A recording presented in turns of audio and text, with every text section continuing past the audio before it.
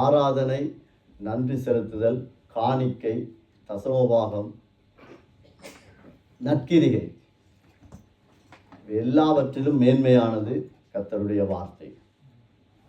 காரணம், யோவான் எழுதின சுவிசேஷத்திலே அவர்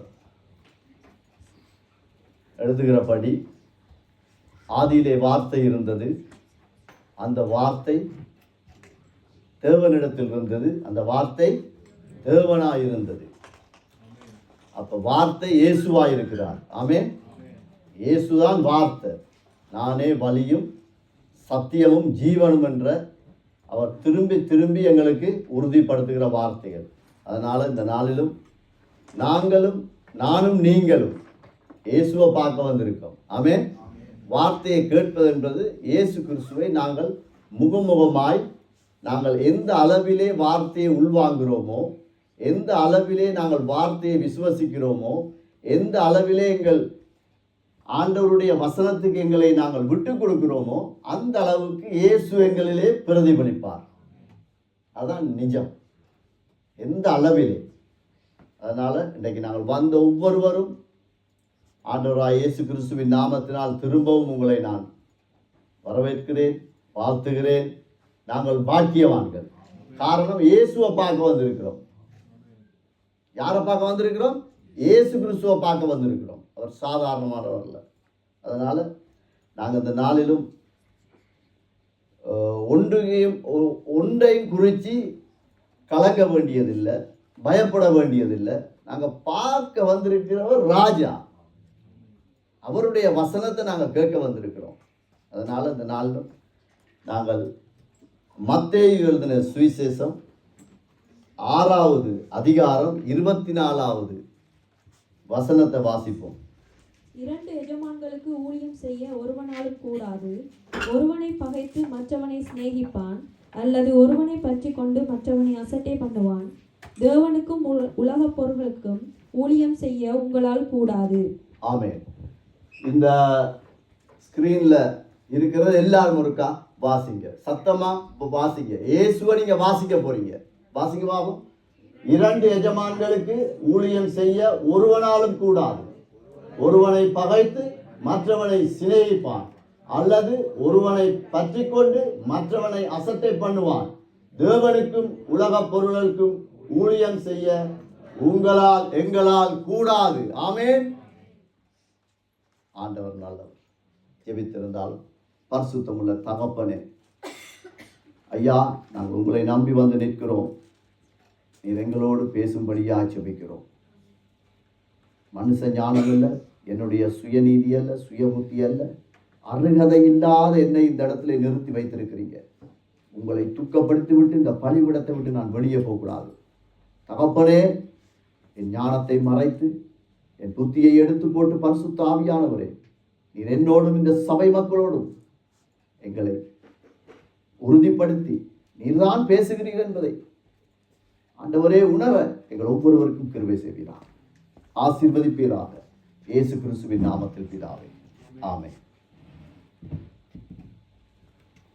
இந்த இடத்துல நாங்க பார்க்கிறோம் 2 எஜமான்கள், 2 ராஜாக்கள், அல்லது 2 விதமான ஆசீர்வாதங்கள் தான் ஆண்டவர் இந்த இடத்துல நாங்கள் சொல்றார். ஆதியாகமம் தொடக்கி வெளிப்படுத்தல் வரைக்கும் எத்தனையோ பரிசுத்தவான்கள் ஆண்டவருடைய சத்தத்தை அவருடைய சொந்த காதினால் கேட்டவர்கள், ஆண்டவருடைய அற்புத அடையாளங்களை நேரடியாய் பார்த்தவர்கள். செங்கடல் பிரிந்தது, மன்னா வந்தது, உயிரோடு எத்தனையோ ஜனங்கள் எழுப்பப்பட்டார்கள். கூனி குறுகியிருந்த ஜனங்களை வைத்து பெரிய பெரிய ராட்சதர்களை அழித்த தெய்வம். இப்படியெல்லாம் பார்த்தவர்களுடைய வாழ்க்கையிலே 2 எஜமான்களுக்கு ஊழியம் செய்வதை நாங்கள் சுருக்கமாய் பார்த்துவிட்டு செய்திக்கு நாங்கள் போகிறோம். எடுத்து வாசிக்க தேவையில்லை. அது உங்கள் எல்லாருக்கும் இந்த அதாவது வேதத்தின் அடிப்படை எல்லாருக்கும் எங்களுக்கு தெரிந்தபடியால் ஆதியாகமம் 3:6 என்ன சொல்லுது என்று சொன்னால், ஆதாமின் அவனுக்கென்று ஒரு நீதியை வைத்திருந்தபடியால் தேவன் கடவுள் சொன்ன காரியத்துக்கு அவனால் கீழ்ப்படிய முடியவில்லை. அவர் சொன்னார் என்ன, ஒரு உதாரணத்துக்கு 999 மரங்கள் ஒரு பக்கம் வைத்துவிட்டு ஒரு மரத்தை இஞ்சால பக்கம் வச்சுட்டு இந்த ஒரு மரத்தின் கனியை மாத்திரம் புசி, இந்த 999 மரங்களை நீ புசிக்காதன்னு சொல்லியிருந்தால் அது அவனுக்கு கஷ்டமாக இருந்திருக்கும். இது நாங்கள் விளங்கிக் கொள்றதுக்கு ஒரு கணக்கு வேதத்திலே அப்படி எழுத இல்லை, எங்களுக்கு விளங்கிக் கொள்றதுக்கு அல்லது.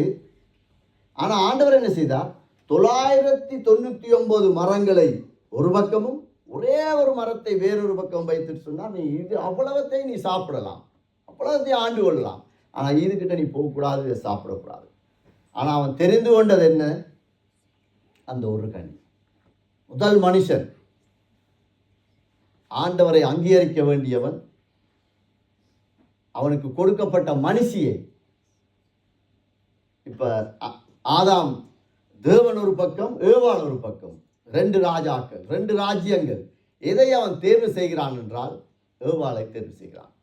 இதனூடாய் பூமி சபிக்கப்பட்டது. அந்த சாபம் தான் இன்றைக்கும் இந்த உலகத்தை நின்று ஆட்டி படைச்சு கொண்டிருக்கிறது. இரண்டாவதை நாங்கள் பார்ப்போம் என்றால் நோவாவை நாங்கள் எடுத்துக்கொள்வோம். நோவா கிட்டத்தட்ட 100 வருடம் ஆண்டவருடைய வார்த்தையை சொல்லி இருக்கிறான் என்ற வேதம் உறுதிப்படுத்துது. அந்த 100 வருஷம் என்ற உறுதிப்படுத்துகிறத அநேக செய்திகளில் நான் கேட்கும்போது இந்த 100 வருடம் இருக்குமா உறுதிப்படுத்தாத ஒரு, ஆனால் இன்றைக்கு நாங்கள் அதை உறுதிப்படுத்த போகிறோம். வாசிப்போம் ஆதியாகமம்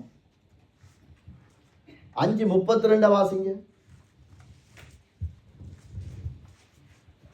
நோவா 500 வயதான போது சேம் காம் யாப்பேத்தை என்பவர்களை பெற்றான்.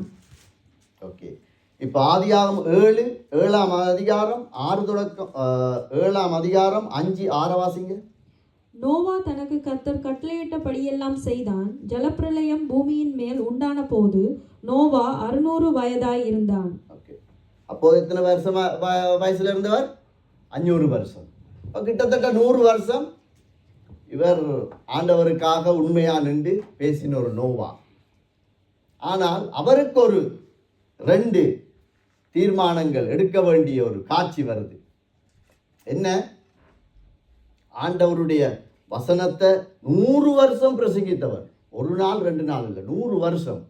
இவ்வளவு வைராக்கியமாக இருந்த ஒரு மனுஷன். ஆனால் செழிப்பை கண்டவுடனே திராட்சை தோட்ட நட்டு தோட்டங்கள் எல்லாம் அறுவடை மீதியான போது அவன் அதில் மயங்கி திராட்சை ரசத்தை குடித்து வெறிச்சு தன்னுடைய வஸ்திரம் நிர்வாணமாய் இருக்கிறது கூட தெரியாதபடிக்கு அவன் இருந்தபடியால் அவனுடைய சந்ததி சபிக்கப்பட்டது. அவனுடைய தேர்வின்படிதான் அவனுக்கு கொடுக்கப்பட்டது.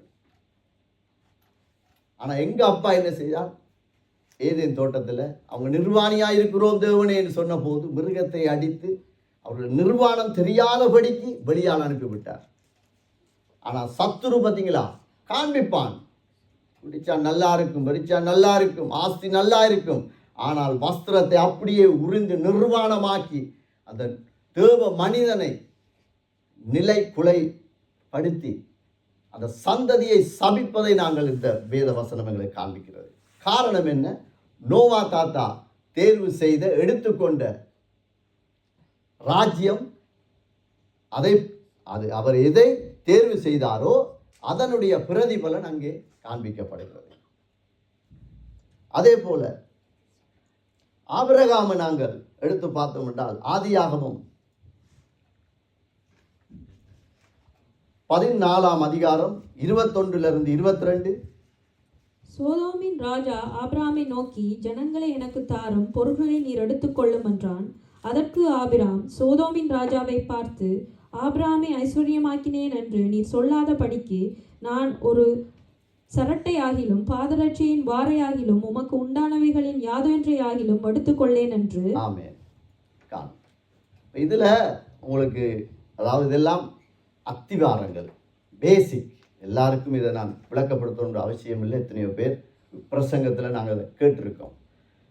அவன் ஆபிரகாம் லோத்தையும் அவனுடைய ஜனங்களை மீட்டு கொண்டு வந்து வெற்றி பெற்றுட்டான்ன்றோன்னு ராஜா சொல்கிறார், எடுத்துக்கோ, ஆபிரகாம் இந்த காணிக்கையை நான் நிராகரிக்கிறேன். நீ என்னை ஆசீர்வதித்ததாக நீ சொல்லக்கூடாது. என்னை ஆசீர்வதிக்கிறவர் ஒருவர் தான், ஒருவரால் மாத்திரம்தான் நான் என் தலை உயர்த்தப்படும். வைராக்கியமாய் நின்றவன் கடைசியில் சாராளம்மா வந்து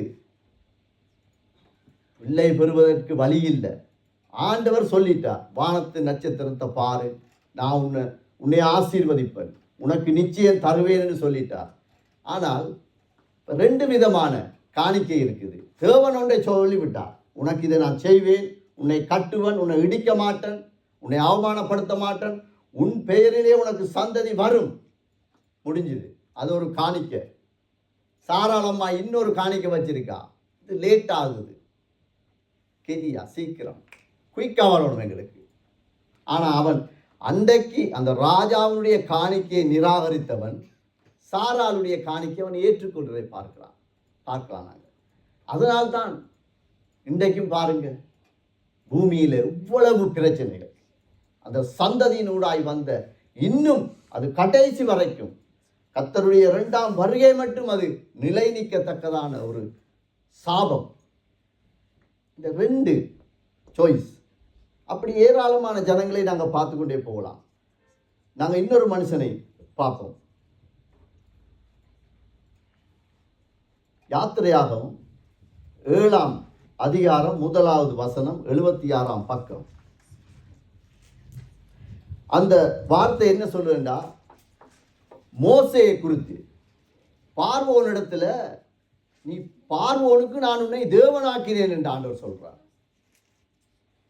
பார்வோனிடத்துல நீ என்னெல்லாம் பேசணுமோ அதெல்லாம் அப்படியே போய் சொல்லி அந்த அற்புதங்கள் அடையாதங்கள் எல்லாவற்றையும் செய்து போனான்.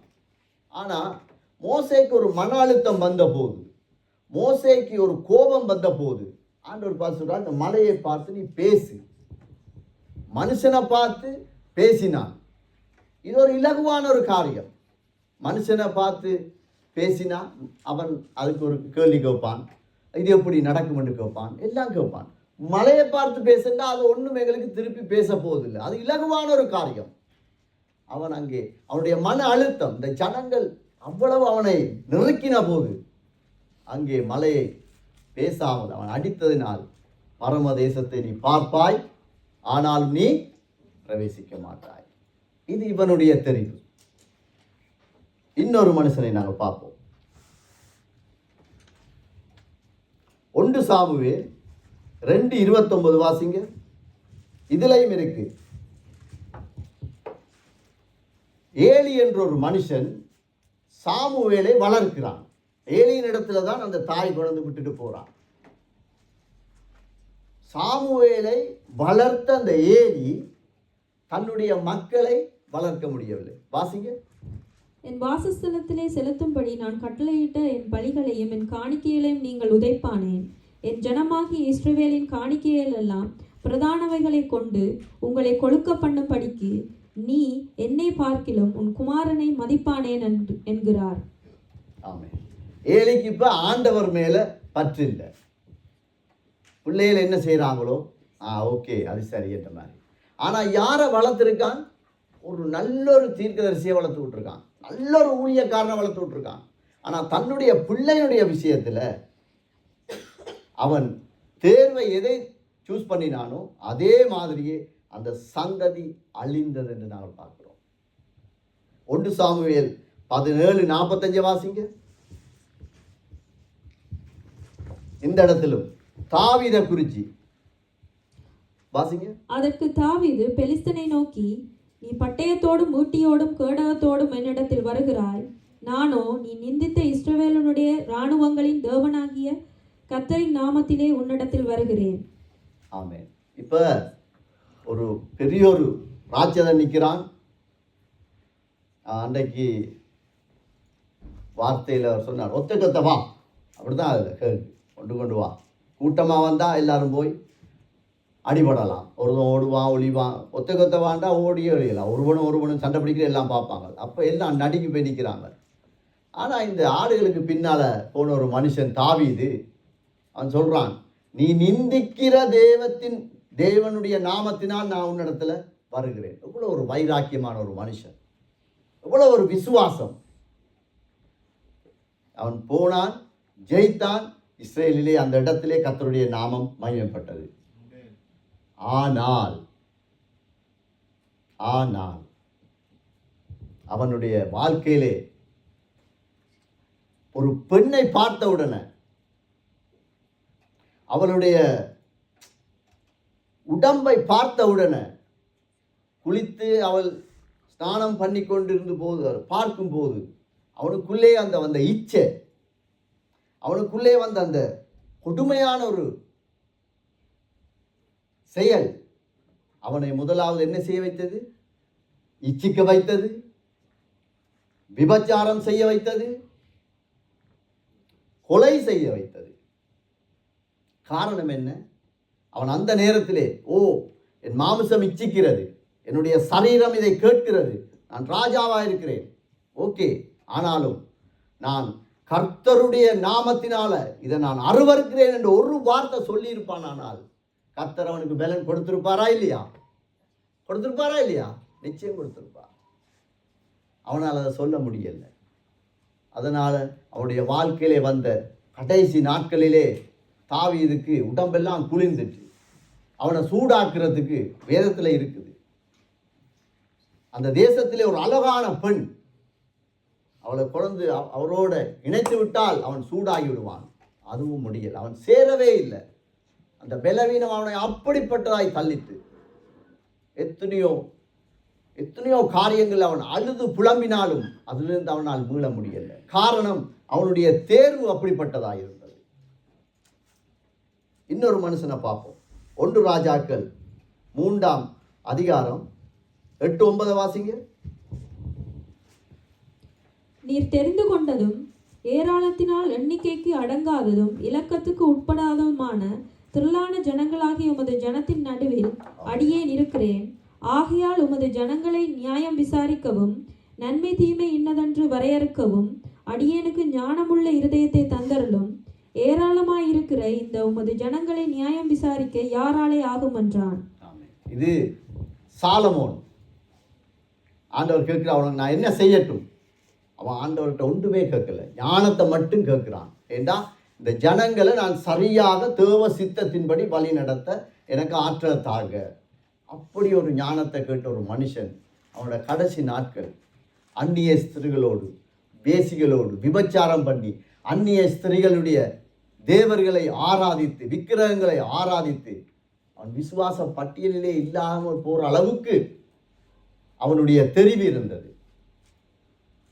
சரி, இப்படி பார்த்து கொண்டே போகலாம்.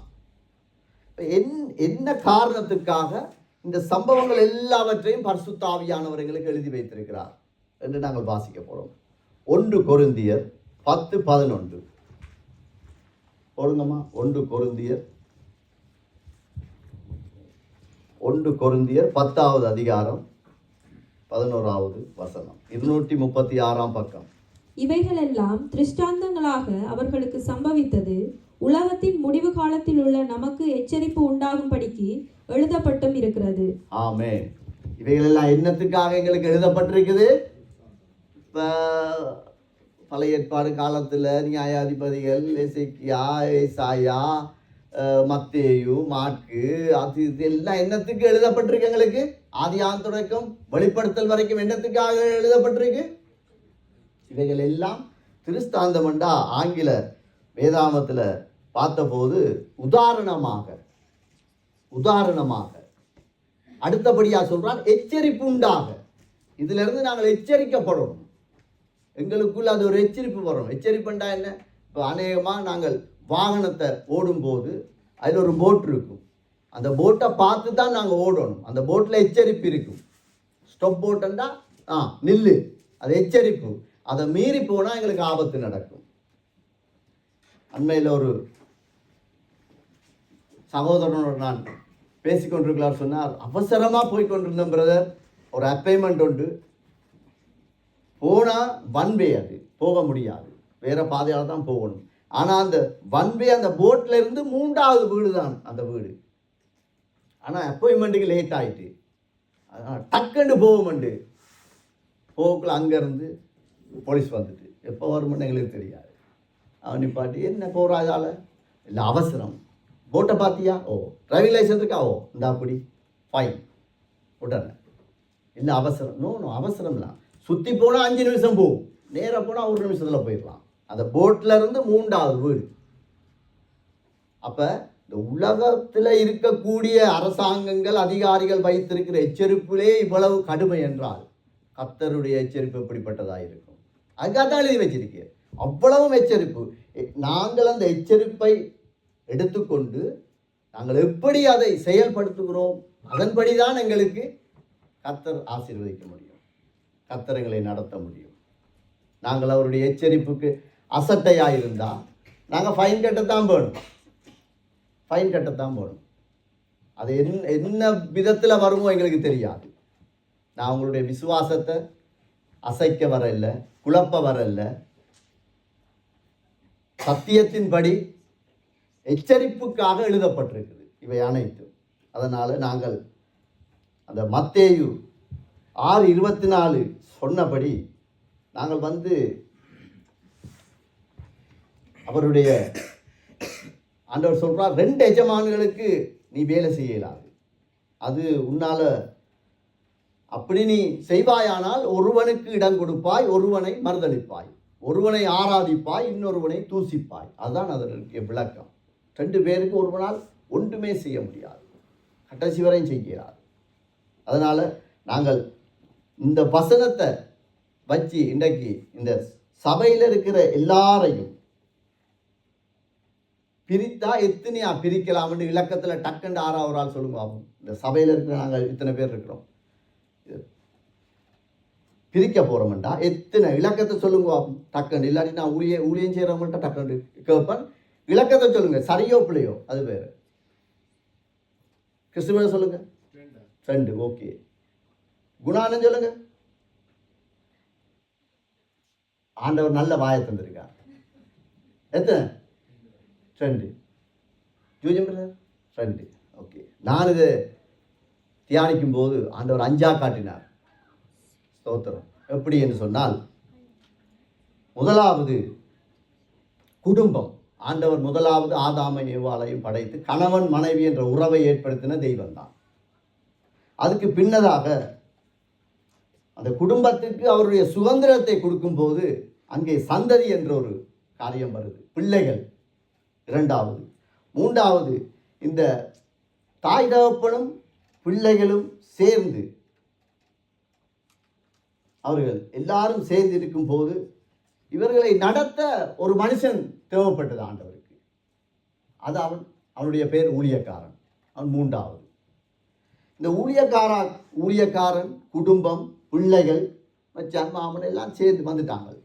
இவர்களுக்கு ஒரு பேர் ஒன்று போடணும்டா எப்படி போடலாம்? விசுவாசிகள். ஆமே, கர்த்தரை நம்பும் ஜனங்கள் விசுவாசிகள் என்று போடலாம். இந்த விசுவாசிகள் எல்லாரும் சேர்ந்து கூடுகிற இடம் சபை, இந்த கட்டிடம். அப்போ இந்த 5ஆக ஆண்டவர் எனக்கு காண்பிச்சார். அதனால இந்த 5ஐயும் காண்பிக்க நேரம் போதாமல் போனால் இது அடுத்த செய்தியிலே மிகுதியான காரியத்தை நான் கர்த்தருக்கு சித்தமானால் ஆண்டவர் எங்களோடு பேசுவார், விளக்குவார். அதனால் நாங்கள் இந்த நேரத்தில் முதலாவதாய் நாங்கள் பார்ப்போம் குடும்பம். ஆண்டவர் எதிர்பார்க்கிற குடும்பம் எப்படிப்பட்டதாக இருக்கும், எப்படிப்பட்ட குடும்பத்தை இயேசு நேசிக்கிறார், பரலோகம் பார்க்க விரும்புகிறது, பரிசுத்த ஆவியானவர் எந்த குடும்பத்திலே உலாவ விரும்புகிறார், எப்படிப்பட்ட குடும்பம் என்று நாங்கள் இப்போ வாசித்து பார்ப்போம். மத்தேயு 12ஆம் அதிகாரம் 47 தொடக்கம் 50 வரைக்கும். அப்பொழுது ஒருவன் அவரை நோக்கி, உம்முடைய தாயாரும் உம்முடைய சகோதரரும் உம்மோடே பேச வேண்டும் என்று வெளியே நிற்கிறார்கள் என்றான். தம்மிடத்தில் இப்படி சொன்னவனுக்கு அவர் பிரதியுத்தரமாக, என் தாயார் யார், என் சகோதரர் யார் என்று சொல்லி தம்முடைய கைகளை தமது சிஷ்யர்களுக்கு நேராக நீட்டி, இதோ என் தாயும் என் சகோதரனும் இவர்களே, பரலோகத்தில் இருக்கிற என் பிதாவின் சித்தத்தின்படி செய்கிறவன் அவனோ, அவனே எனக்கு சகோதரனும் சகோதரியுமாய் இருக்கிறான் என்றார். ஆமென். இந்த இடத்துல ஆண்டவர் சொல்றாருடா, ஆண்டவர் ஒரு கூட்டத்தை முடிச்சிட்டார். முடித்தோடனே அவங்க அம்மா, அவங்களோட இயேசுவோட அண்ணன் தம்பியார் இருக்கலாம், மச்சான் மாமன் யார் யார் வந்தாங்களோ எங்களுக்கு தெரியாது. அவங்க இயேசுவை வந்து பார்க்க வந்திருக்காங்க. இந்த நாள் அப்படித்தானே, பெரிய பெரிய ஊழியக்காராக்கள் வந்தால் வேனில் இருப்பாங்க. அவங்களுடைய அக்கா தம்பி தான் போய் கயக்கலாம், மிச்சாக்கெல்லாம் போய் பேச இயலாது. அப்படியான காரியங்கள் இந்த நாட்களில் நாங்கள் காணக்கூடியதாக இருக்குது. அதே மாதிரி இயேசு இடத்துல ஒரு குரூப் போயிருக்கு, அம்மா அப்பா. ஆண்டவர் பார்த்து சொல்கிறார், யார் எனக்கு அம்மா அப்பா, யார் எனக்கு, எது என்னுடைய குடும்பம். மரியாள் என்ற பேருடைய இயேசுவை பரிசுத்த ஆவியானவருடைய அபிஷேகத்தினால் அவள் பெற்று தேவ சித்தத்தின்படி செய்தாலும் அவள் கடைசி வரைக்கும் பிதாவின் வாசிங்க பரலோகத்தில் இருக்கிற என் பிதாவின் சித்தத்தின்படி செய்கிறவன் எவனோ அவன் தான். அந்த குடும்பம் தான் இயேசுவை ஆராதிக்க இயேசு இருக்கிற குடும்பம்.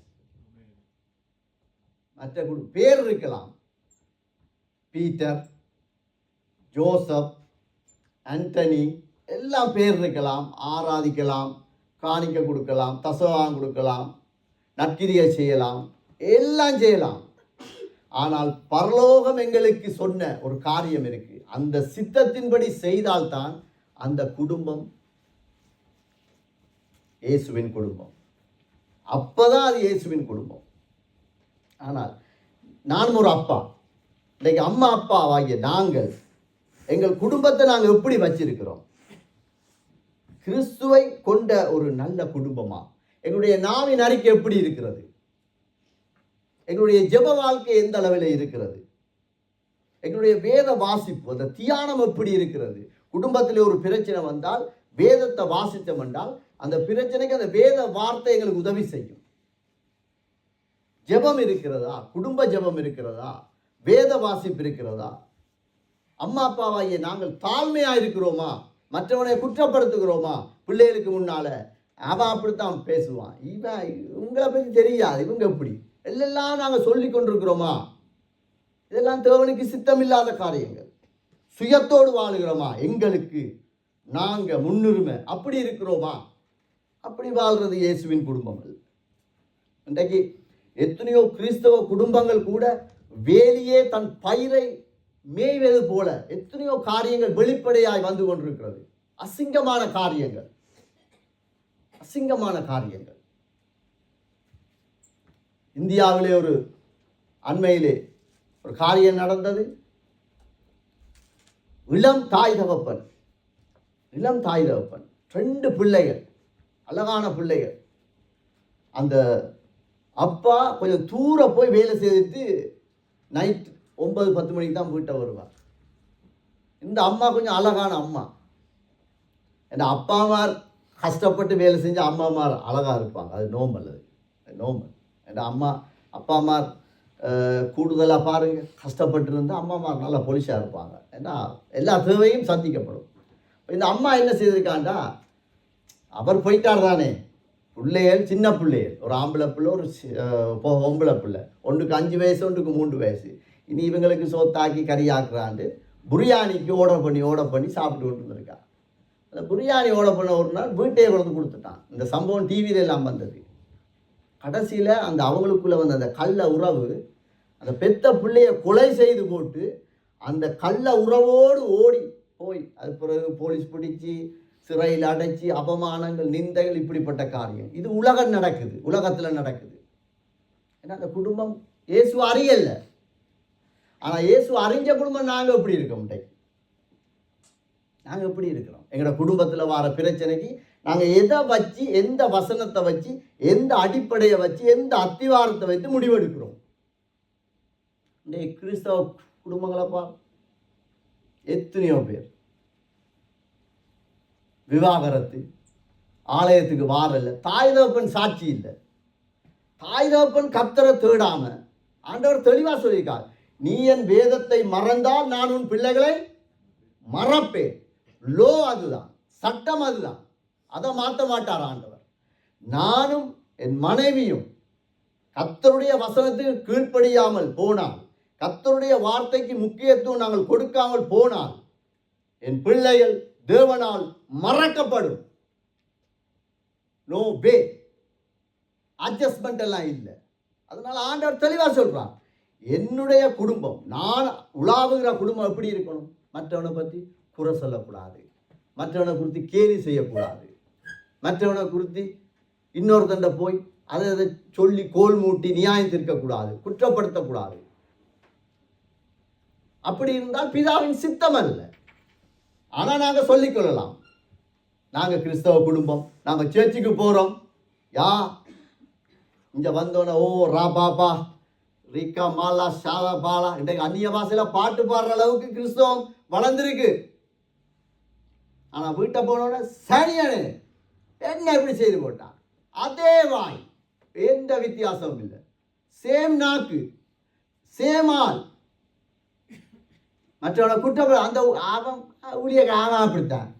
உங்களுக்கு தெரியுமா, அந்த அவர் அவையோட தான் கூட காய்ச்சி கொண்டிருக்கார். உனக்கு அது தேவையில்லை, கர்த்தர் நியாயம் தீர்ப்பார். என்ன செய்கிறோம் நாங்கள்?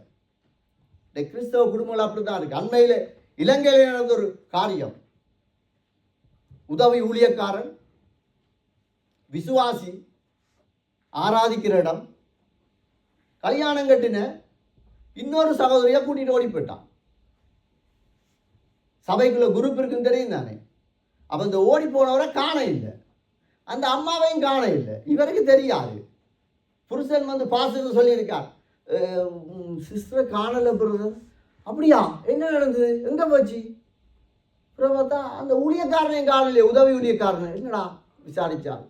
அப்போ இந்த உதவி ஊழியக்காரனோட ஒரு குரூப் இருக்குன்னு தானே, எப்பையும் 2 குரூப் இருக்கும், எப்பையும் 2 3 இருக்கும். அப்போ அந்த குரூப் அவரை தேடி போயிருக்கு. இது உண்மையாக நடந்த சம்பவம். அப்போ அந்த உதவி ஊழியக்காரன் என்ன தெரியுமா சொன்னான், கர்த்தர் எனக்கு காண்பித்தார். யாரை? அடுத்தவன் பொண்டாட்டிய. எஸ், கிறிஸ்தவம் விளையாடாங்க. எங்க அம்மா அப்பா மிச்சம் கவனம். எங்களுடைய சந்ததி அறுப்புண்டு போவதும் போவாதும் உங்களோட கையில இருக்கு, எங்களோட கையில இருக்கு. நாங்க சாதாரணமா எடுக்கிறோம். நானும் நீங்களும் விதைத்ததை அறுத்தே தீருவோம், அறுத்தே தீருவோம். ஆதாமுக்கு முதல் பிள்ளை யாரு? பேசுங்க, யாரு? காய். அவனை கொலகாரனா எப்படி அவன் வந்தான்? அந்த தாய் தகப்பன் அவனை ஒழுங்கா புத்தி சொல்லல. நாங்க விழுந்து போயிட்டோமே, அப்படியே இருந்திருப்பாங்க. நாங்க மீறிட்டோமே ஆண்டவரை. நோ, எலும்பு பாருங்க, முதல் பிள்ளை உலகத்துல அவன் கொலைகாரனா வாரான். எவ்வளவு ஒரு கேவலமான ஒரு காரியம். இன்றைக்கு நாங்கள் எப்படி இருக்கிறோம்? எங்களோட குடும்பம் எப்படி இருக்கு? கணவன் மனைவிக்குள்ள இருக்கிற உறவு எப்படி இருக்கு? இன்றைக்கு ஒரு சின்ன பிரச்சனை, டிவோர்ஸ். திரட்டி விட்டா ஆம்பளைய, அம்மா அப்பாவை திரட்டி விட்டா விவாகரத்து. ஒரு சில குடும்பங்கள்ல அம்மா அப்பாவை திரட்டி விட்டாலும் விவாகரத்து. அந்த பிள்ளைகள் நாளைக்கு குடும்பமாகி அவருடைய வாழ்க்கையிலே ஒரு பிரச்சனை வரும்போது அவர்கள் என்ன முடிவெடுப்பார்கள்? அவர்களுக்கு என்ன ஞாபகம் வரும்? உதாரணத்துக்கு, எனக்கும் மனைவிக்கும் ஒரு பிரச்சனை, ஓகே, நான் பிடிக்கல, மன அழுத்தம், ஒரே நச்சரிச்சு கொண்டிருக்கா. இல்லாட்டி அவளுக்கு என்னைய பிடிக்கல, டிவோர்ஸ் கொடுத்தாச்சு, ஓகே, பிரச்சனை முடிஞ்சு. எனக்கு ஆண்டவர் 3 பிள்ளைகளை தந்திருக்கா, அதுவும் ஐரோப்பாவில் கொண்டு வச்சிருக்காரு. நாளைக்கு அவங்களோட குடும்பத்தில் ஒரு பிரச்சனை வந்து அவங்களுக்கு என்ன ஞாபகம் வரும்? அப்பா இதைத்தானே செஞ்சவர், வெட்டி விடுவோம். தேவன் இணைத்ததை மனிதன் பிரிக்க முடியாது. என்ன நடந்தாலும் தேவ சமூகத்தில் எந்த ஒரு காரியத்துக்கும் விமர்சனம் இருக்கு. அது எப்பேற்பட்ட காரியமா இருந்தாலும் சரிதான். நினிவே பட்டணத்தை அழிக்கணும் என்றேன் ஆண்டவர் என்றார். அவர்கள் அந்த வேத ஆராய்ச்சியாளர் அவருடைய கூற்றின்படி, எழுத்தின்படி அவர்கள் ஊழியக்காரை உயிரோடு வைத்து தோலை உரித்த ஜனங்கள் நினிவே பட்டணத்தார். அந்த ஜனங்களே ஆண்டவர் மன்னிச்சாரு. ஏன் எங்களுக்கு இந்த பிரச்சனையிலிருந்து அவருடைய வேதத்தை வைத்தேன் வெளியே வர இல்லாமல் இருக்கு? அப்ப இப்படிப்பட்ட குடும்பத்தை ஆண்டவர் நேசிக்க மாட்டார். ஆண்டவரை நாங்க என்ன செய்யறோம்? கதவை பூட்டி வெளியால விட்டுட்டு நாங்க இருக்கிறோம் கிறிஸ்தவர்கள். அவர் வெளியான்னு தட்டி கொண்டே நிற்கிறார். கதவை தட்டுறேன், திற ஒரு நேரம் வரைக்கும் தான் தட்டப்படும். அது யாரா இருந்தாலும் சரிதான். அடுத்த வீட்டுக்கு அவர் போயிட்டாரண்டா, உங்களுடைய நிலைமை என்னுடைய நிலைமை மிகவும் பரிதவிக்கப்பட்டதாயிருக்கும். மாற்றம் இல்லை. குடும்பத்தில் வார பிரச்சனைக்கு கோபம் முடிவல்ல. குடும்பத்தில் வார பிரச்சனைக்கு, மன அழுத்தத்துக்கு விவாகரத்து முடிவல்ல. பெருமையாய் வாழ்வது முடிவல்ல. மற்றவனை குற்றப்படுத்துகிறது முடிவல்ல. எச்சரிப்புக்காக எழுதப்பட்டிருக்கிறது. நீங்களும் நாங்கள் அதைத்தான் கர்த்தர் தான் நீங்க எங்களை இணைச்சிருக்கிறீங்க. நான் பிரிச்சா நான் சத்துருவை ஆராதிச்சு விடுவேன் ஆண்டவரே. என் பிள்ளைகளுடைய நிர்வாணம் வெளியால தெரியக்கூடாதப்பா என்ற ஒரு அழுகுறல் எங்களுக்குள்ளே இருக்குமானால் பரிசுத்த ஆவியானவர் இந்த பிரச்சனை எங்களை மீட்டுக்குள்ள அவர் வல்லவராயிருக்கிறார். ஒரு பிரச்சனையும் இல்லை. அவரால் எல்லாம் கூடும், எல்லாம் கூடும். ஏன்னா நாங்கள் பிதாவை வெட்கப்படுத்த மாட்டோம் என்ற நிலைக்கு நாங்கள் எங்களை குடும்பத்தை கொண்டிரும் போது பிதா நிச்சயமா எங்களை கனப்படுத்துவார். ஏலிக்கு என்ன சொன்னார்? நீ என்னை கனப்படுத்தினா நான் உன்னை கனப்படுத்துவேன், நீ என்ன கனவீனப்படுத்தினா நான் உன்னை கனவீனப்படுத்துவேன். முடிஞ்சது. இது அவருடைய லோ, இது ஒரு சட்டம். இது இந்த குடும்பத்தை பற்றி ஒரு காரியம். இப்போ நாங்கள் ஐரோப்பாவில் இருக்கிற அம்மா அப்பா நாங்களே ஒரு சில நேரம் விட்டு கொடுக்குறோம் பிள்ளைகளுக்கு. அது இங்கே பிறந்த பிள்ளை தானே பிரதர். எங்கே பிறந்த பிள்ளைண்டாலும் பிரதர், அது பிதா குமாரன் பரிசுத்த ஆவியினால் ஞானஸ்தானம் பெற்ற பிள்ளை. அது இயேசுவின் சந்ததி. அதை புகட்டணும். நாங்களே சொல்கிறோம். அது இங்கே கொஞ்சம் அட்ஜஸ்ட் நோ, அந்த பிள்ளை வழி தப்பி போகிறதுக்கு நாங்கள் காரணமாக இருக்கிறோம். அப்படி இருக்கக்கூடாது. இந்த நிலையில் இன்றைக்கு எத்தனையோ குடும்பங்கள், ஊழியக்கார குடும்பம் அழுது கொண்டிருக்கு.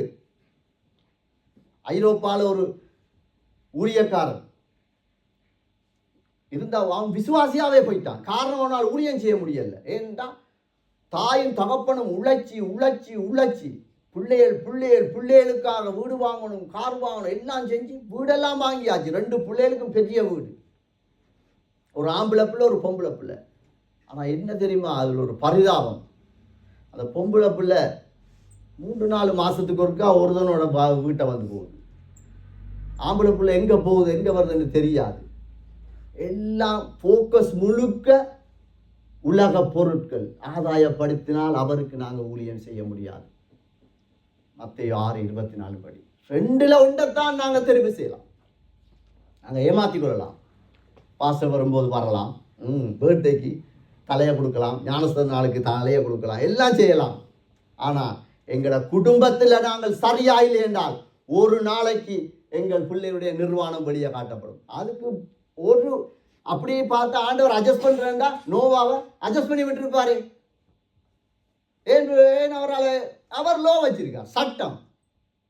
இந்த உலகத்தில் வாழ நீங்கள் ஒரு ஐடென்டி கார்டு இல்லாமல் ரோட்டால் போவீங்களா? போயிடலாது. டிரைவிங் லைசன்ஸ் இல்லாமல் கார் ஓடுவீங்களா? ஓடையலாது. ஒரு சாதாரண ஒரு மனுஷன் இன்றைக்கு இருக்கிறான், நாளைக்கு அவனை காணுவோமோ இல்லையோ எங்களுக்கு தெரியாது. தேவாதி தேவன் சொன்னதுக்கு நாங்கள் கீழ்ப்படியாட்டி இன்றைக்கு இப்படி நடக்குது. நாங்கள் ஏதோ சும்மா பொலிசை போட்டு டை அடித்து போட்டு வர மாதிரி சும்மா அப்படியே வந்து நாங்கள் கிறிஸ்தவர்கள் ஓ ரீ மாமா ராக்கா கா பாப்பான்னு அங்கே ஒன்றும் வேலை செய்யாது. சத்தியத்தின்படி வாழுகிற குடும்பத்துக்குத்தான் கர்த்தர் துணை நிற்பார். அவர் கிருபையா இருக்கார் பிரதர், கிருபையா இருக்கா, உண்மைதான். இப்போ நாங்கள் ரட்சிக்கப்பட்டு எத்தனை வருஷம் யோசிச்சு பாருங்க பார்ப்போம். உங்களுக்கும் எங்களுக்கும் ஒரு ஆம்பளை பிள்ளையோ ஒரு பொம்பளை பிள்ளையோ பிறந்து 25 வயசு வரைக்கும் 1ஆம் வகுப்புல இருந்தால் உங்களுக்கு எப்படி இருக்கும்? ஹாப்பியாக இருக்குமா? இல்லை தானே. அது வளரணும், அது படிக்கணும். யூனிவர்சிட்டிக்கு போகிற வயசில் அந்த பிள்ளை யூனிவர்சிட்டிக்கு போகணும், வேலைக்கு போகிற வயசில் அந்த பிள்ளை வேலைக்கு போகணும். அந்தந்த வயசில் அது செய்யணும். ஆனால் கிறிஸ்தவர்கள் நாங்கள் என்ன செய்கிறோம்? அதே நிலை தான். அவனை குறை சொல்கிறது, இவனை குறை சொல்கிறது. நோ, அதுக்காக எங்களை குடும்பத்தை ஆண்டவர் தெரியும். எத்தனையோ குடும்பங்கள் இயேசுவை தெரியாமல் இருக்கு. எத்தனையோ குடும்பத்துக்கு இயேசுவண்டா ஆரண்டே தெரியாமல் இருக்கு. ஏன் எங்களை தெரிந்து கொண்டார்? தகுதி இல்லாத எங்களை ஏன் தெரிந்து கொண்டார்? அவர் எங்களோட இணையணும். அவருடைய சித்தத்தை எங்கள் நூடாய் அவர் செய்ய விரும்புகிறார். அதுக்கு நாங்கள் பிதாவின் சித்தத்தின் படி இன்றைக்கு நானும் நீங்கள் முடிவெடுக்கணும். குறைகள் இருக்கலாம், ஒரு பிரச்சனையும் இல்லை. குறைகள் இருக்கலாம். ஆனால் அந்த குறையிலிருந்து நாங்கள் தாழ்மை உள்ளவனுக்கோ கிருபை கிடைக்கும். இல்லை நாங்கள் சரியாகத்தான் இருக்கோம், இந்த வேலையை பார்த்துட்டு போட்டா அவருக்கோ பிரச்சனை இல்லை.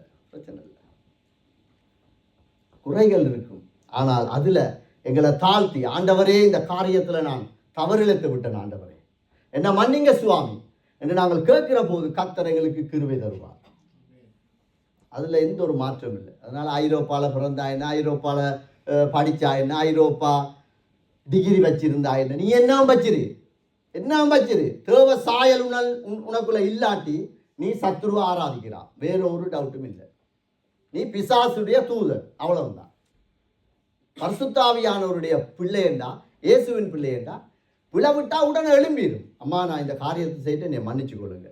இயற்கை எல்லாருமே ஒரு சில காரியங்கள்ல இன்றைக்கு எத்தனையோ இயேசு கிறிஸ்துவை அறியாத ஜனங்கள், விவாகரத்து எடுத்த ஜனங்கள் ஒரு கட்டத்தில் யோசிச்சு இணைஞ்சிருக்காங்க.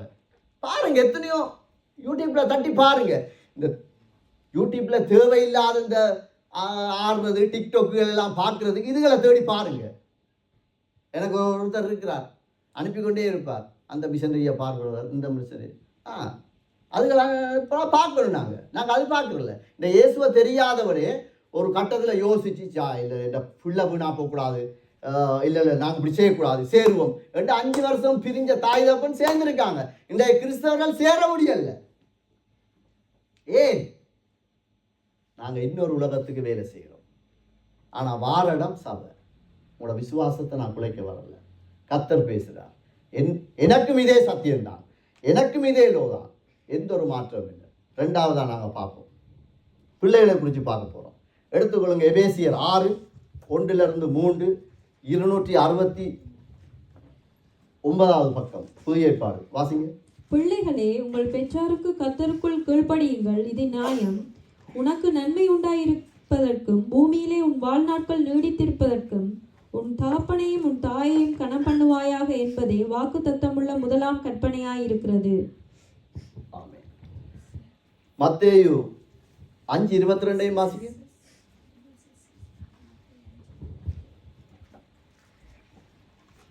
உடனே அவர்கள் படவையும் தங்கள் தகப்பனையும் விட்டு அவருக்கு பின் சென்றார்கள்.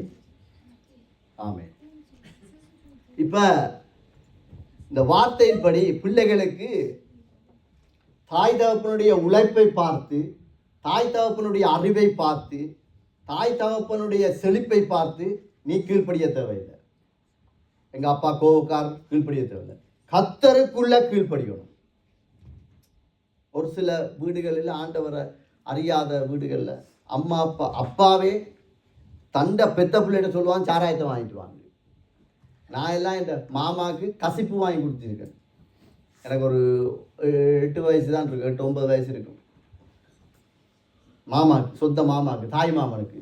அந்த அவருக்கு ஆண்டவரை தெரியாது. ஆனால் நாங்கள் வேதக்காராக்கள், ரோமன் கத்தோலிக்கம். கல்லறை ஆண்டவர்கிட்ட போவோம் வெள்ளிக்கிழமையில், செவ்வாய்க்கிழமையில் அந்தோனியாட்ட போவோம், வியாழக்கிழமையில் வேளாங்கண்ணி மாதாட்ட போவோம், புதன்கிழமை முதல்ல அந்த அந்த அந்த எல்லா பேர்களும் இருக்குத்தானே போவோம். ஞாயிற்றுக்கிழமை காலையில் பூசைக்கு போய் ஞாயிற்றுக்கிழமை பின்னேரம் குழந்தை இயேசுகிட்ட போவோம். ஆனால் பிள்ளையில கசிப்பு வாங்க விடுவோம். இப்படி இருக்கு உலகம். நான் என் சொந்த வாழ்க்கையை சொல்கிறேன், வெக்கப்பட இல்லை. பாவம், அந்த மனுஷன் மறிச்சு போயிட்டார். ஆனால் நல்ல மனுஷன். அவருக்கு அந்த நேரம் இந்த சத்தியம் போக இல்லை. அதான் உண்மை. இன்றைக்கு எத்தனையோ பேர் அப்படி இருக்கிறாங்க. அதனால நீங்க கர்த்தருக்குள்ள கீழ்ப்படிய பார்க்கணும். ஆண்டவருடைய வசனத்துக்கு நீங்க கீழ்ப்படியணும். நீங்க ஒவ்வொரு நாளும் விடிய எழும்பி பள்ளிக்கூடத்துக்கு எவ்வளவு முக்கியமான அப்பாயின்மெண்டா இருக்கலாம், எவ்வளவு முக்கியமான எக்ஸாமா இருக்கலாம், என்னவா இருந்தாலும் நீங்கள் ஜெபிக்காமல் போக கூடாது. திருவசனத்தை ஒரு அதிகாரம் 2 அதிகாரம் அப்படியெல்லாம் வாசிக்க தேவை. ஒரு வசனத்தை வாசிச்சு, ஆண்டவரே இது எனக்கு என்ன சொல்லுது, எனக்கு உதவி செய்யுங்க. நீங்கள் ரேம்ல போகக்குள்ள ஜெபிச்சு கொண்டே போகணும். ஆண்டவரே நான் உங்கள் பிள்ளையா போகிறேன், உங்கள் பிள்ளையா திரும்பி வரணும். ஏன்னா அப்படித்தான் இருக்கு உலகம். பள்ளிக்கூடத்தில் போகணுன்னு கேட்பாங்க, என்னோட கேர்ள் ஃப்ரெண்ட் இல்லையா, கேர்ள் ஃப்ரெண்ட் இல்லையா உனக்கு, 20 வயசுன்றான். அது வெக்கம். கேர்ள் ஃப்ரெண்ட் இருந்தால் தான் கம்பீரம். என்னோட பாய் ஃப்ரெண்ட் இல்லையா கேட்பாங்க. ஏன்னா நாங்கள் இருக்கிற நாடு அப்படி. பெல்ஜிய தேசத்தில் ஒஃபிஷியலாக நடத்துகிற டிவியில் ஒரு நியூஸ் வந்தது இப்போ கிட்டடியில். அந்த பிள்ளைக்கு 12 வயசு. அந்த பிள்ளை சாமன் மூடனாக இருக்கு. சாமன் மூடனா என்னன்னு தெரியும் தானே. திருமண உடன்படிக்கை இல்லாமல், தேவ சித்தத்தின்படி திருமண உடன்படிக்கை பண்ணாமல் ஒரு ஆணும் பெண்ணும் நிர்வாணமாக இருப்பது தான் அது. அதான் உண்மை, வேறொன்றும் இல்லை. அதான் உண்மை. அப்போ 12 வயசுக்குள்ள 24 வயசு மாஸ்டரோட சாவணும்னா இருக்கு, செய்தியில் வந்துருக்கு, வந்து நான் பார்த்தேன். அப்போ அப்படிப்பட்ட நிலையில தான் இன்றைக்கு எங்களோட ஐரோப்பா தேசம் நாங்கள் சொல்கிறோமில்ல, செழிப்பாக இருக்கிறோம். €1 சம்பாதிச்சா 325 யூரோ, €1 இங்கே எடுத்து அங்கே அனுப்பினோம்டாங்கிற நாட்டுக்கு 350 ரூபாய்கிட்ட வரும். நாங்கள் செழிப்பில் இருக்கிறோம்னு சொல்கிறோமில்ல. பிள்ளைகளே கவனம், நீங்கள் வேத வசனம் உங்களுக்கு பாதுகாப்பு. கர்த்தருடைய ஆவியானவர் உங்களோடு இருந்தால் எதுவும் உங்களை மேற்கொள்ள மாட்டார், எதுவும் மேற்கொள்ள மாட்டார். ஆனால் வரும். ஏன்னா நீங்கள் அந்த இடத்துல தான் ஸ்டடி பண்ணுறீங்க, அந்த இடத்துல ஸ்டடி பண்ணுறீங்க. சில நேரம் மாஸ்டரே கேட்பான், என்ன உனக்கு கேர்ள் ஃப்ரெண்ட் இல்லையா? வா, ஆச்சரியமா இருக்கு. என்ன உனக்கு பாய் ஃப்ரெண்ட் இல்லையா? ஏண்டா பிசாசு அவன் தேவ சித்தத்தை உடைக்கிறதுக்கு உங்கள் அம்மா அப்பா ஒருவேளை போராடி ஜெபிக்கிறவர்களா இருந்தாலும் அந்த சந்ததியை அழிக்கிறதுக்கு அவன் எவ்வளவு வேகமாய் அவன் செயல்பட முடியுமோ அவ்வளவு வேகமாய் செயல்படலாம். நாங்கள் தான் மந்தமாக இருக்கிறோம், நாங்கள் தான் மந்தி போயிருக்கிறோம். அவனோட காரியத்தை எவனை விழுங்கலாம் என்று பார்த்து கொண்டே இருக்கிறான். யாரை பிடிப்போம், யாரை பிடிப்போம், யாரை பிடிப்போம், யாரை பிடிப்போம். அதனால மிச்சம் கவனம். பிள்ளைகள் கர்த்தருக்குள்ள நீங்க கீழ்ப்படியணும். இன்றைக்கு ஆண்டவர் ஏற்றுக்கொண்ட வாலிப பிள்ளைகள் எங்க பாஸ்டருக்கும் தெரியாது, ஊழியக்காரருக்கும் தெரியாது. இன்றைக்கு அந்த ஞானஸ்தானத்தை பிள்ளை இப்போ எங்கய்யா இருக்குது எங்களுக்கு தெரியாது. இப்போ அந்த பிள்ளை என்ன செய்யுது? இன்றைக்கு இந்த சபைக்குள்ள எல்லாம் அந்த பிள்ளை உட்கார வேண்டிய பிள்ளை இன்றைக்கு எங்க உட்கார்ந்து கொண்டு நிற்குது, யாரோடு பேசிக்கொண்டிருக்கு? காரணம் என்ன? வேதத்தின் வெளிச்சம் இல்லை. கர்த்தருக்குள் கீழ்ப்படிந்தால் இப்படிப்பட்ட நிலைக்கு நாங்கள் தள்ள மாட்டோம். வாலிப பிள்ளைகள் அவங்களோட நாவின் அறிக்கை மிச்சம் கவனமாக இருக்கணும். உங்கள் அம்மா அப்பாவை பார்த்து, ஏன்னா உங்களோட அறிவு உண்மையில எங்களை விட மேலானது. அது நோட்டா உலக அறிவின்படி. எங்களுக்கு லேப்டாப்பை தந்து இந்த வெப்சைட்டுக்குள்ளே போய் இந்த லொகின் பண்ணி இதை செய்யண்டா கொஞ்சம் தடுமாறும். எங்களுக்கு தெரியாது உண்மையை சொல்ல போனால். நானே இந்த பிள்ளைகள் தான் சொல்லுவேன். ஆனால் அவங்க டக் டக் டக் டக் டக்குன்னு அடிப்பாங்க. ஏன்னா உங்களோட ஸ்டடியும் அப்படித்தான் வந்துட்டு. யூனிவர்சிட்டிக்கோ ஓவர் ஸ்கூலுக்கோ போனால் லேப்டாப்பில் தான் எல்லாம் போய்கொண்டிருக்கு. அப்போ நீங்கள் வீட்டை வந்து ஹோம் ஒர்க்கு 4-5 பேஜ் ஓப்பன் பண்ணி போட்டு அம்மா அப்பா வந்தோடனே டக்குன்னு உங்களோட பேஜ் ஓப்பன் பண்ணி பார்ப்பீங்க. ஆனால் அம்மா அப்பாவுக்கு தெரியாது, பாவம் அதுகள். ஏன்னா அதுகளை நாங்கள் எப்படி கூப்பிடுறோம்? என்ன பிள்ளை செய்யறான்? லூசு மாதிரி கேட்குறான். லூஸா நீ? லூசண்டா என்ன? முட்டாள். உண்மையிலே உங்கள் அம்மா அப்பா முட்டாள் தான். உங்களோட இதில் இருக்கிற வாலிப பிள்ளைகளுக்கு நான் சொல்கிறேன், உங்கள் அம்மா அப்பா எல்லாம் உண்மையிலே லூசுகள். ஏன் தெரியுமா? அவங்க பசியோடு சாப்பிட்டு கொண்டிருக்குள்ள நீங்கள் விளையாடி கொண்டு இருந்தீங்க. அந்த நேரத்தில் நீங்கள் பாத்ரூம் போயிடுவீங்க. அந்த அரைவாசி சோத்தை அப்படியே வச்சுட்டு புள்ள அதை அலையக்கூடாது, பிள்ளைக்கு இது நடக்கக்கூடாதுன்னு தடப்படன்னு எடுத்து கழுவி பவுடர்லாம் போட்டு எல்லாம் மாற்றி கீத்தி உடுப்பை வச்சுட்டு திரும்பி வந்து அதே கையால் சாப்பிட்டாங்க பாருங்க. உங்கள் அம்மா அப்பா லூஸு. ஏன் நீங்கள் சொல்கிற சாரி லூஸு.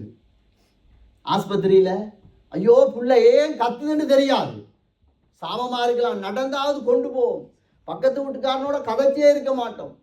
அவன் எங்களோட எப்போ முரண்பட்டு கொண்டே இருப்பான். இந்த பிள்ளைக்காக இறங்கி போய் உதவி கேட்குற உங்கள் அம்மா அப்பா லூஸு. அது உண்மை. இன்றைக்கு நீங்கள் வளர்ந்துட்டீங்க தானே, உங்கள் அம்மா அப்பா லூஸு. அம்மா அப்பாவுக்கு முன்னால் தோலை தூக்குறது ஆண்டவர் சொல்லிட்டார். கர்த்தருக்குள்ள கீழ்ப்படி. உங்கள் அம்மா அப்பா எப்படிப்பட்டவங்களாக இருக்கட்டும், அதை பற்றி பிரச்சனையே இல்லை. உங்களோட அம்மா அப்பாவை நீங்கள் நியாயம் தீர்க்கிறதுக்கு உங்களுக்கு எந்த விதத்திலும் கொடுக்கப்படலை. மிச்சங்க உங்களோட நாவின் அறிக்கை மிச்சம் கவனம். நீங்கள் என்னத்தை பார்க்குறீங்க, யாரோடு நீங்கள் இணைக்கப்பட்டிருக்கிறீங்க. கிறிஸ்தவண்டே பாருங்க, கிறிஸ்தவத்தில் இல்லாமல் இருக்கலாம், ஞானமாக நடங்க. லீவண்டோட அங்கே போகிறது, டிஸ்கோவுக்கு போகும், அங்கே போகும், இங்கே போகும், கூட்டம். எப்பயாவது உபவாசம் இருந்திருக்கிறீங்களா? உங்களோட மனசாட்சியை தொட்டு நீங்கள் உங்களே தீர்மானிங்க.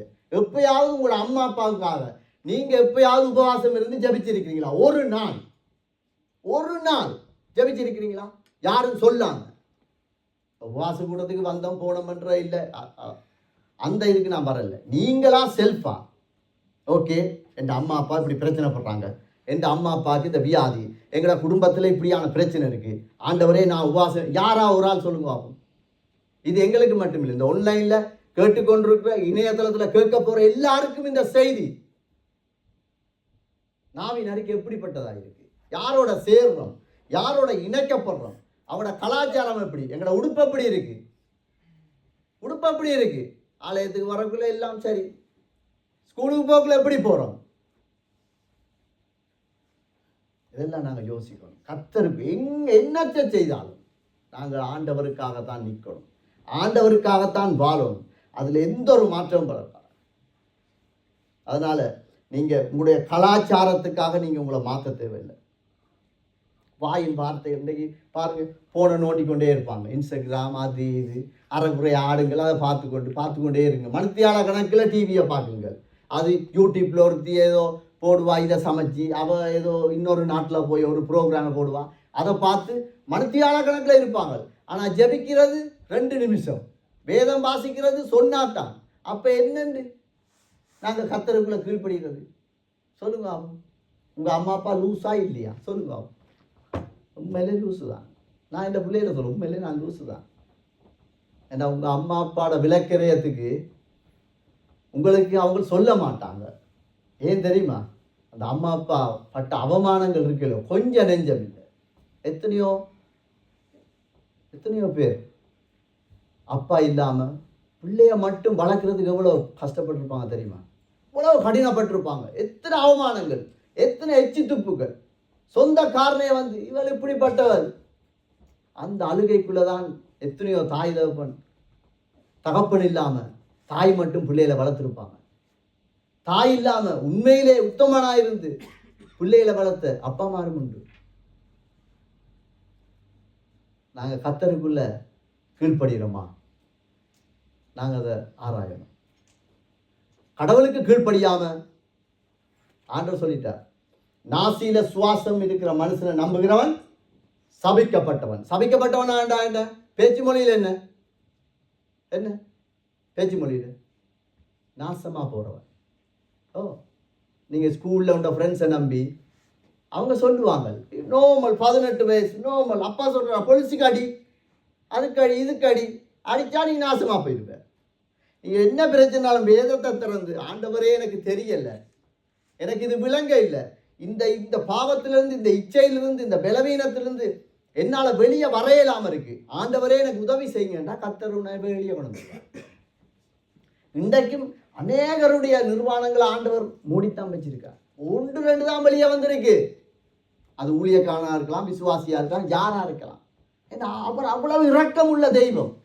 அவரிடத்துல எல்லாத்துக்கும் விடுதலை இருக்கு. அவர் அப்படிப்பட்ட ஒரு நல்ல அப்பா. அதனால பிள்ளைகளே கவனமா கேளுங்க, படிக்க வேண்டிய வயசுல படிங்க. முதலாவது கர்த்தருடைய நீதியை, ராஜ்யத்தின் நீதியை தருங்க. எழும்பினோட முதலாவது மணித்தியால கணக்கெல்லாம் நீங்க ஜெபிக்கணும் என்று இல்லை. எழுப்பி ஆண்டவரே இந்த நாளை பரிசுத்த ஆவியானவரே நான் உங்களை துக்கப்படுத்தாம வாழணும், எனக்கு அந்த கிருபையை தாங்க. நேற்று உங்களை நான் துக்கப்படுத்திட்டேன், இந்த காரியத்தில் இருக்கேன். என்னப்பா 20 வயசு ஒரு சிகரெட் பத்த மாட்டியா? நீ என்னடா இது 20 வயசு ஆச்சு ஒரு வைன் குடிக்க மாட்டியா கேட்பான். ஆண்டவரே இப்படிப்பட்ட காரியத்தில் நான் இழுத்துப்பட்டேன். 20 வயசு 22 வயசுல உங்களுக்குரிய அந்த ஓமோன்கள், உணர்வுகள், உணர்ச்சிகள் சுரக்காட்டித்தான் பிழை. அது சுரக்கணும். அதுல நீங்க கர்த்தருக்கு உண்மையா இருக்கணும். யோசேப்பை போல அவள் நிர்வாணத்தை காட்ட தயாராயிருக்கிறாள், அவன் விலகி ஓடுறான். நோமல். அது யாரு? ஒரு அதிகாரியுடைய மனைவி தன்னுடைய நிர்வாணத்தை காட்டுறதுக்கு ரெடி, வா. அவன் விட்டுட்டு ஓடுறான், நிர்வாணியாய் ஓடுறான். ஏன் அப்படி எங்களால் இருக்கலாது? அன்றைக்கு இருந்த ஆண்டவர் இன்றைக்கு என்ன கொஞ்சம் வயசு போயிட்ட ஆண்டவருக்கு கூடி குறுகி நிற்கிறாரா? சதா காலத்துக்கும் தெய்வம், நம்புகிறவர்களுக்கு தான் அந்த வாக்கு தத்தம். அவரை நம்பின ஒருபோதும் அவரோட முகத்தை நீங்க வாழ்வப்பிள்ளை நோக்கி பார்த்தா அந்த வாக்கு தத்தம் உங்களுக்கு தான். உங்களோட முகம் பிரகாசம் அடையும், வெட்கப்படாது. அது எந்த காலம், எந்த எக்ஸாமா இருக்கலாம். ஒரு எக்ஸாமில் நீங்க ஃபெயில் பண்ணாலும் பிரச்சனை இல்லை. ஆண்டவரை நான் உங்களுக்கு உண்மையா இருக்கணும், பார்த்தடிக்க கூடாது ஆக்கள்கிட்ட. அவன் சொல்லுவான் அந்த பார்ப்பா நோ, சத்தியத்துக்கு விரோதம். நான் காட்டுறேன், அவன் காட்டினான். நோ, நீ பார்க்காத, நீயும் காட்டாத. ஸ்டடி பண்ணுற நேரம் உதவி செய்யலாம். அவனுக்கு விளங்காத நீ சொல்லிக் கொடு, எனக்கு விளங்கலை நீ எனக்கு சொல்லித்தா. ஆனால் பரீட்சைன்னு வரும்போது அந்த இடத்துல நீங்கள் சத்தியத்துக்கு கீழ்ப்படியும். பார்த்திருக்கக்கூடாது. ஆண்டவரே இதுக்கு எனக்கு தெரியலை, பரவாயில்லை, நான் இந்த இடத்துலையும் பிசாசனை ஆராதிக்கக்கூடாது. அந்த இருதயத்தை ஆண்டவர் பார்ப்பார். நாங்கள்லாம் நினைச்சோமா தகுதியே இல்லை, அருகதையே இல்லை, எப்படி இருந்தோம், இன்றைக்கு எப்படி இருக்கிறோம் யோசிச்சு பாருங்க. அப்போ இப்படியெல்லாம் ஆண்டவர் எங்களை கூட்டிக் கொண்டு இனியா எங்களோட பிள்ளைகளை குடும்பத்தை கைவிட போகிறார்? இல்லை தானே. இன்னும் 3 பகுதி இருக்கு. அதை அடுத்த ஆண்டவருக்கு சித்தமானால் இதை சாராம்சமாக சொல்லி அடுத்த காரியத்தை நாங்கள் பார்க்க, அதுக்கு முதல் கடைசியாய் இதுக்கு ஆதாரமாய் இதுக்கெல்லாம் இப்போ எபிரேயர் 8:12 வாசிங்க. 304 பக்கம் புதிய ஏற்பாடு. எபேசியர். ஏனெனில் நான் அவர்கள் அநியாயங்களை கிருபையாய் மன்னித்து அவர்கள் பாவங்களையும் அக்கிரமங்களையும் இனி நினையாமல் இருப்பேன் என்று கர்த்தர் சொல்லுகிறார். ஆமென். ஆண்டவர் இப்ப நாங்க ஒருவேளை அம்மா அப்பா நாங்க பிழை செய்திருக்கலாம். ஓகே, எங்களோட வாலிப பிள்ளைகளும் ஏதோ சந்தர்ப்ப சூழ்நிலை ஏதோ ஒரு காரியத்தில் நாங்கள் ஆண்டவருக்கு தூரப்பட்டிருக்கலாம். அதை பற்றி பிரச்சனை இல்லை. ஆண்டவர் உங்களை என்னையை பார்த்து சொல்றார், உங்களுடைய அநியாயங்களை கிருபையாய் மன்னித்து எங்கள் பாவங்களை நினைக்கவே மாட்டார். எங்களுக்கு தான் நினைக்கவே மாட்டார். இன்றைக்கு நாள் மனம் திரும்ப அம்மா அப்பா நானும் நீங்களும் வாலிப பிள்ளைகளும் மனம் திரும்ப கேட்ட வார்த்தைக்கு அவர் நினைக்க மாட்டார். இன்றைக்கு தான் இந்த நாள். இதை விட்டு வெளியே போனீங்கன்னா என்ன நடக்குமோ எங்களுக்கு தெரியாது.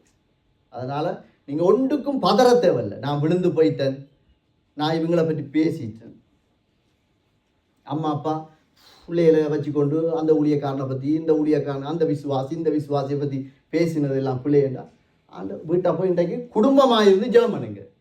ஜெபம் பண்ணா மனத்திய ஆண்டவரே கேட்ட வார்த்தை இப்படி சொல்லுது, நான் என் பிள்ளைகளை வச்சுக்கொண்டு இப்படியெல்லாம் நான் பேசிட்டேன், என்ன மன்னிங்க. முடிஞ்சால் அந்த உரிய ஆளிடத்துல போய் மன்னிப்பு கேளுங்க. அந்த இடத்துல தான் பரிசுத்த ஆவியானவர் உங்களோட இருக்கிறாரா இல்லையான்னு காண்பிக்க அந்த கனி வெளியே வரும். ஆனால் கனியை பார்த்து சொல்றார், அவன்கிட்ட என்ன கனி இருக்கு அதை வச்சு நீ சூஸ் பண்ணு. அவன் ஆவிக்குரியவனா மாம்சத்துக்குரியவனா? இன்னொரு வார்த்தை வாசிப்போம். பிலிப்பியர் 2ஆம் அதிகாரம் 2-3 வாசிங்க. 271 பக்கம்.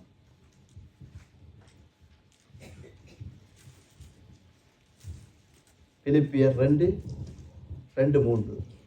நீங்கள் ஏக சிந்தையும் ஏக அன்புள்ளவர்களுமாய் இருந்து இசைந்த ஆத்துமாக்களாய் ஒன்றையே சிந்தித்து என் சந்தோஷத்தை நிறைவாக்குங்கள். ஒன்றையும் வாதினாலாவது வீண் பெருமையிலாவது செய்யாமல் மனத்தாழ்மையினாலே ஒருவரை ஒருவர் தங்களிலும் மேன்மையானவர்களாக எண்ண கடவீர்கள். ஆமென். இப்போ இது தாய் தகப்பனுக்கு இன்னொரு எங்களுக்கு ஒரு பூஸ்ட் மாதிரி ஆண்டவர் தாரா. என்னது வாதினாலாவதுண்டா? அது ஆங்கில இதில் வாசிக்கும் போது அங்கே சுயநலம் இருக்கு. சுயநலத்தோடும் பெருமையோடும் நாங்கள் செய்யக்கூடாது. இன்றைக்கு முடிவெடுப்போம். நான் யார் தெரியுமா, ஊரில் யார் தெரியுமா, எங்கள் அப்பாவோட பேர் தெரியுமா, நான் எப்படிப்பட்டவன் தெரியுமா, எல்லாம் ஒரு பக்கம் வச்சுட்டு ஆண்டவரே நாங்கள் செய்தது பிள்ளை. வீண் பெருமையினாலாவது நீங்கள் ஸ்கூலில் ஒரு குரூப்போடு இருப்பீங்க, இன்னொரு குரூப்பாக அப்படியே ஏளனம் பண்ணிக்கொண்டே இருக்க வாய்ப்பு இருக்குது. அவங்கள அப்படியே தட்டி கழிப்பீங்க. இல்லை, ஆண்டவர் சொல்கிறார், நிப்பாட்டுத, நீ முன்மா, நீ கிறிஸ்து, நீ ஆண்டவருடைய பிள்ளையா இரு. சபையில் எப்படி இருக்கிறியோ, நீ பஸ்ஸில் போக்குலையும் அப்படியே இரு, ரேமில் போக்குலையும் அப்படியே இரு, நடந்து வரக்குள்ள போனே நோண்டி கொண்டு அப்படியே வாருது, அதெல்லாம் வேண்டாம், நிப்பாட்டு, எல்லாம் நிப்பாட்டு. கர்த்தர் பேசுகிறார், ஆண்டவர் எச்சரிக்கிறார். இது எச்சரிப்புக்காகத்தான் இந்த இடத்துல ஆண்டவர் எங்களோட பேசி கொண்டிருக்கிறார். அதனால் நாங்கள் சுயநலம் இல்லாமல் நாங்கள் எல்லாரோடையும் இணைஞ்சி குடும்பமாய் தாய் தகப்பன், இன்றைக்கு ஒரு சில தாய் தகப்பன் இன்னொரு தாய் தகப்பனோட கதைக்க முடியலை, கை கொடுக்க முடியலை. அவங்க என்ன நினைச்சாலும் பரவாயில்ல, உனக்குள்ள கிறிஸ்து இருந்தா நீ போய் சிஸ்டர் பிரைஸ் சொல்லோ எவ்வளோ காணும். நீ அவளை விசாரிக்க தேவையில்லை. எங்கே வேலை செய்கிறா, நீ என்ன செய்கிறா, உனக்கு லோன் எவ்வளவு, அது ஒன்றும் உனக்கு தேவை. சிஸ்டர் பிரைஸ் லோன் ஒரு சிரிப்பு. உலகத்தில் மிகவும் விலையேற பெற்ற மொழி அது புன்னகை. எந்த மனுஷனுக்கும் அந்த மொழி புரியும். நீங்கள் போய் சவுத் கொரியாவுக்கு போனால் அவன்கிட்ட மொழி தெரியாது. அவனை சிரிச்சா அவனுக்கு தெரியும் சிரிக்கிறான். சிரிங்க, சிரிக்க இயலாது, கை கொடுக்க இயலாது. ஆனால் ஆராதனை உமக்கே, எங்க ஐயா எங்க அம்மா உண்டு ஆராதனை போகுது. இந்த இந்த இந்த சிப்போட்டுக்கு மேலே போவாது. ஆண்டவர் கதவை தட்டி கொண்டுருவார். ஏய் வெளியே வா, என்னைய உள்ள எடு. அப்படித்தானே சிந்திப்போம். நாங்கள் சிந்திக்கணும். சுயநலத்தோடு நாங்கள் இருக்கக்கூடாது, பெருமையில் இருக்கக்கூடாது. ஒரு காலத்தில் இருந்துட்டோம், இன்றைக்கு நாங்கள் வெளியே வரணும். இதுக்கு ஆண்டவர் தருகிற எங்களுக்கு ஒரு சாவி ஒன்று இருக்கு. வாசிங்க யோவான் 14:14. எனக்கு தந்த நேரத்துக்குள்ள நான் முடிப்பேன். என் நாமத்தினாலே நீங்கள் எதை கேட்டாலும் அதை நான் செய்வேன். ஆமென். யோவான் 14:12 வாசிங்க. மெய்யாகவே மெய்யாகவே நான் உங்களுக்கு சொல்லுகிறேன், நான் என் பிதாவினிடத்திற்கு போகிறபடியினால் என்னை விசுவாசிக்கிறவன் நான் செய்கிற கிரியைகளையும் தான் செய்வான். ஆமென். ஆண்டவர் செய்கிற கிரியையும் நாங்கள் செய்வோம். ஆண்டவர் என்ன செஞ்சார்? என்ன செய்தார்? உயிரோட எழுப்பினார். எல்லாரும் சொல்லுவோம், ஓகே, உயிரோட எழுப்பினார். வியாதிஸ்தரை குணப்படுத்தினார். ஆக்களுக்கெல்லாம் பிரசங்கித்தார். கண்ணை திறந்தார், காதை திறந்தார், என்னென்னலாம் சொல்கிறோம். ஆனால் நான் செய்வதை பார்க்கிலும் நீங்கள் அதிகமாய் செய்வீர்கள் என்று எதை சொன்னார் தெரியுமா? ஆண்டவர் இன்னொன்று செய்தார். என்னென்னு சொல்லுவாங்க? ஊழியக்காரர்கள் யாராவது கிறிஸ்டியனை சொல்லுங்க. நடந்தா ஜோஜியனை சொல்லுங்க. குணான்னு சொல்லுங்க. ஆமே. இன்னொன்று செஞ்சா தெரியுமா? கால கழுவினவர். என்னிலும் அதிகமாக நீங்கள் அவ்வளவு தாழ்மையாக இருந்தால், வாலிப பிள்ளைகளே, அம்மா அப்பாவை நாங்களே, நான் ஒரு அப்பா, நாங்கள் ஒருவன்ட்ட பிழை விட்டுட்டோம்னு எங்களுக்கு மனசாட்சி குத்துனா அவன் எங்களை எப்படியும் பார்க்கட்டும், எங்களுக்காக தேவையில்லை. இயேசுவே நீங்களே காலை கழுவினீர், ஆனால் நான் எம்மாத்திரம் காலில் விழுந்து மன்னிப்பு கேளு. அவன் மன்னிச்சாலும் சரி மன்னிக்காடியும் சரி, உண்ட வேலையை செய், பலனை எதிர்பார்க்காது. இன்றைக்கு இயேசு கிறிஸ்து செய்ததை பார்க்கலாம் அநேக செய்ய எங்களுக்கு தைரியம் தந்திருக்கிறார். ஓ பாபா பா ரீ பாபான்னு கத்திக்கொண்டு ஊதுறது விழுத்துறது இல்லை, அது ஒரு பகுதி. அதுல ஆண்டவர் தானா அந்த இடத்துல மகிமைப்படுத்துறாரான்ற கேள்வி இருக்கு. ஏன்னா வேதத்தில் அவர் தெளிவா இருக்கு. சத்துரு வானத்துல இருந்து அக்னி இறக்கினவன், அவன் அற்புத அடையாளங்களை செய்வான். கால கழுவேலுமா உங்களால? யார்கிட்டையாவது நீங்களா போய் உண்மையிலே மனமுடைஞ்சி மன்னிப்பு கேட்டிருக்கிறீங்களா? நான் கேட்டிருக்கேனா? அந்த கேள்வி எங்களுக்குள்ள வரணும். இயேசுவின் நாமத்தினால் நீ எதை கேட்டாலும் வாலிப பிள்ளை உங்களுக்கு கிடைக்கும். இயேசுவின் நாமத்தினால் தாய் தகப்பனாகிய நானும் நீங்களும் எதை கேட்டாலும் எங்களுக்கு கிடைக்கும். கிடைக்காத பொருள் ஒன்றுமே இல்லை. அதனால நாங்கள் ஒன்றுக்கும் யோசிக்க தேவையில்லை. நாங்கள் விழுந்த இடத்துல விழுந்து கிடக்கணும் என்று ஆண்டவருக்கு ஒரு பிரியாவும் இல்லை. மறுதளிச்சிட்டோமே, ஐயோ நாங்கள் ஆண்டவருக்கு இந்த காரியத்தில் உண்மையாக இருக்கலையே, ஐயோ நான் ஸ்கூலில் இப்படிப்பட்ட காரியத்தில் இருக்கிறேனே, அல்லது நான் இப்படி இருக்கிறேனே அப்படி இருக்கிறேனே, அந்த பிள்ளைக்கு நேராக பேசிட்டேனே. அன்றைக்கு சொல்கிறோம், பலிபீடத்தில் ஆண்டவர் எனக்கு சாட்சி, என் நிமித்தமாய், கடவுள் எனக்கு தந்த மனைவி பிள்ளை நிமித்தமாய், இதில் இருக்க வாலிப பிள்ளை, சின்ன பிள்ளை, ஊழியக்காரன், பெரியவங்க, சின்னவங்க யாராயிருந்தாலும் என்னால், என் குடும்பத்தால் நீங்கள் மனவேதனை அடைந்தன்னு சொல்லுவீங்கன்னா, நீங்கள் எந்த இடத்துல நீ இப்படியெல்லாம் பேசுகிறாலாம் என் காலில் விழுந்து மன்னிப்பு கலண்டு நீங்கள் தாராளமாக சொல்லலாம். அது எந்த இடத்துல நான் விழ தயார். இயேசுதான் எனக்கு சாட்சி. எங்கள் அப்பாவுக்காக நான் எதையும் செய்வேன். ஏண்டா அவர் என் நிர்வாணத்தை மூடினவர், என் நிர்வாணத்தை மூடினவர். நான் அடிக்கப்பட வேண்டிய நேரத்தில் கண்களை மறைச்சி என்னை அப்படியே பாதுகாப்பாக கொண்டு வச்சவர். என்னை சாதாரணமாக வச்சுக்கொள்ள, என்னை அவர் மரணத்தின் தொண்டை குழியிலிருந்து பிடுங்கி எடுத்தவர். அதுக்கு நான் உண்மையா இருக்கு, ஆண்டவரே எனக்கு உதவி செய்யுங்க என்று கேட்கிற அம்மா அப்பா இந்த இடத்துல இருப்பீர்களானால், வாலிப பிள்ளைகள் இருப்பீர்களானால், கர்த்தர் நிச்சயமாய் பதில் தருவார். எந்த மாற்றமும் இல்லை, எந்த மாற்றமும் இல்லை. அதனால ஆண்டவர் அவரே சொல்லிக்கார், நான் உலகத்தை ஜெயித்தது போல நீங்களும் ஜெயித்துக் கொள்ளுங்கள். அதனால வாலிப பிள்ளைகளா, நீங்க பயப்பட தேவையில்லை. உங்களோட விசுவாசத்தை ஐயோ நான் நோ நோ நோ நோ இருக்கு. நீங்க மனத்தாழ்மையா உண்மையா ஆண்டவர்கிட்ட கீழ்ப்படிஞ்சீங்கன்னு சொன்னா, இயேசு கிறிஸ்துவின் நாமத்தினால நீங்க கேட்பீங்கன்னு சொன்னா, பரிசுத்த ஆவியானுடைய அபிஷேகம் உங்களை நடத்தும். எந்த மாற்றமும் இல்லை, எந்த மாற்றமும் இல்லை. உங்களுக்கு ஒரு பாடம் விளங்கல, இந்த பிள்ளையோட சேர்ந்தாதான் நான் கொஞ்சம் அதை பத்தி படிக்கலாம்ன்றதுக்காக அவங்களோட பாவ பழக்க வழக்கத்துல போயிடாத. கர்த்தர் ஞானத்தை தருவார் உனக்கு. மற்றவங்களை திருப்திப்படுத்துறதுக்கு அம்மா அப்பா நாங்க வாழக்கூடாது, கர்த்தரை திருப்திப்படுத்தணும். தலைகளை சாய்ப்போம், எழுந்து நிற்போம் எல்லாரும். ஒரு நிமிஷம். ஆண்டவரே, இந்த நாளிலும் ஐயா இது எங்களுக்கு பேசின வார்த்தைகளுக்காய் உமக்கு நன்றி.